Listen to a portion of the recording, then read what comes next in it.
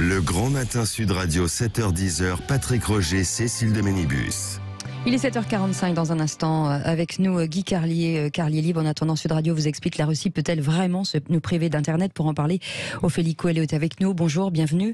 Spécialiste en géopolitique du numérique, membre du conseil scientifique de l'Institut Rousseau. Oui, alors Ophélie Coelho, Vladimir Poutine fait planer ce spectre de conséquences telles que nous couper, nous priver d'Internet via notamment en fait des câbles sous-marins. Comment ça fonctionne d'ailleurs? Parce qu'on a toujours, quand on a évoqué cette idée, on se dit non, mais Internet ça fonctionne aussi par les satellites, etc. Comment ça fonctionne justement?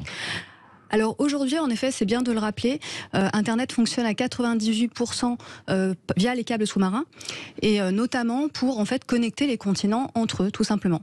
C'est-à-dire qu'en gros, aujourd'hui, si on dépend autant des câbles sous-marins, c'est tout simplement parce qu'on a besoin des technologies américaines aujourd'hui, et que le réseau SWIFT est interconnecté par continent, donc on a besoin de ces câbles-là. Après, ce qu'il faut savoir, c'est qu'il y a quand même 436 câbles sous-marins dans le monde, donc c'est quand même un réseau assez dense et résilient, et en Europe, on est quand même assez bien pourvu sur le nombre de câbles. Donc sur le nombre de câbles, en fait, par exemple, la France est connectée à une vingtaine de câbles. Donc on n'est pas connecté à un ou deux câbles, c'est quand même une vingtaine de câbles, sans compter les câbles stratégiques dont on ne connaît pas le nom, tout simplement parce que c'est secret défense, donc on ne connaît pas la localisation. Mais des câbles qui sont reliés à quoi, en fait, précisément? Ça part d'où et ça va jusqu'où? Mais en fait, ça relie les littorales. Ouais. Donc ça va en fait de la côte est des États-Unis, en ce qui nous concerne pour l'Europe. Ça traverse tout l'océan Atlantique, et puis ça va sur le littoral en fait atlantique français. Donc la France, par sa situation géographique, est particulièrement bien pourvue. On a non seulement la Manche qui nous permet d'avoir accès aux câbles via le Royaume-Uni qui eux-mêmes sont connectés aux États-Unis. On peut toujours passer par ce réseau-là. On a toute la côte atlantique où on a un certain nombre de câbles qui sont connectés. On en a autant dans le nord que dans le sud, et on a également la côte méditerranéenne qui là est reliée à plusieurs câbles, dont les câbles chinois. Il y a la nouvelle route de la soie avec l'ouverture d'un nouveau câble chinois, le câble PIS, l'année dernière. Donc en fait on est plutôt bien pourvu, et ça fait de la France en fait une porte d'entrée vers l'Europe. C'est-à-dire qu'en gros la France est une porte d'entrée des services américains et chinois vers le reste des pays européens. Donc en gros, pour couper Internet, pour en revenir à cette question-là, si on coupe le câble, alors on l'imagine en fait chez nous avec Cécile, on peut couper le câble de l'électricité ou le câble d'Ethernet éventuellement, mais est-ce que c'est exactement la même chose en fait au niveau mondial Eh bien, on pourrait se dire que si on dépend que d'un câble, comme certains pays, par exemple en Afrique, qui n'ont qu'un câble, la Somalie n'a qu'un seul câble, donc le jour où on coupe son câble, ils n'ont plus Internet dans le pays, et il faut qu'ils passent par les réseaux terrestres des autres pays, des pays frontaliers. Pour la France, si on coupe un câble, c'est pas très grave en fait. Enfin, c'est pas très grave, il y a des conséquences, on va vouloir le réparer parce qu'on aura une baisse de trafic, mais on va pouvoir aller sur d'autres câbles, basculer en fait sur d'autres câbles sous-marins. Donc il faudrait vraiment, pour couper complètement Internet, il faudrait couper les 20 câbles. Et il faudrait trouver les câbles stratégiques et couper les différents câbles stratégiques, sachant que ceux-là ont quand même une gestion de risque un peu plus forte. On les surveille et on les répare. Ils ne sont pas géolocalisables, ces câbles? Là où il y a des indices, c'est quand on va avoir des navires câbliers ou des navires de surveillance, évidemment, qui vont particulièrement être actifs dans une zone. Donc par satellite, on peut regarder, on peut essayer de surveiller en fait certaines zones, en effet, et se dire, ok, il y a quand même beaucoup de navires câbliers, il y a beaucoup de navires de surveillance, donc il y a possiblement un câble à cet endroit-là. Après, il y a des câbles dont on connaît à peu près la localisation, mais l'océan est vaste, on ne peut pas tout surveiller non plus. Non, mais bien sûr. On peut pas tout surveiller non plus.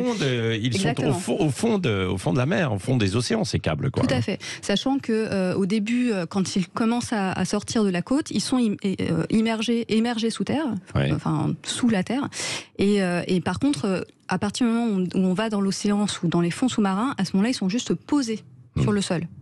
Mais ça demande quand même beaucoup de moyens, non seulement pour les localiser, pour aller au fond des mers, les couper, etc., etc. Mais ils appartiennent à qui, en fait, ces câbles?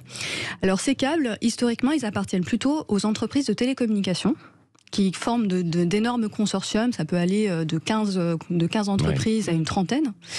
Ces dernières années, c'est en train de changer, en fait, notamment dès 2012 et récemment dès 2016 surtout, sur les quelques dernières années. C'est les géants du numérique qui de plus en plus produisent leurs propres câbles. Il n'y a plus de consortium, c'est-à-dire que généralement, il y a très peu d'acteurs, ce qui leur donne un pouvoir de gouvernance puissant. Et on a notamment en France 2 câbles qui se sont connectés sur notre côte atlantique.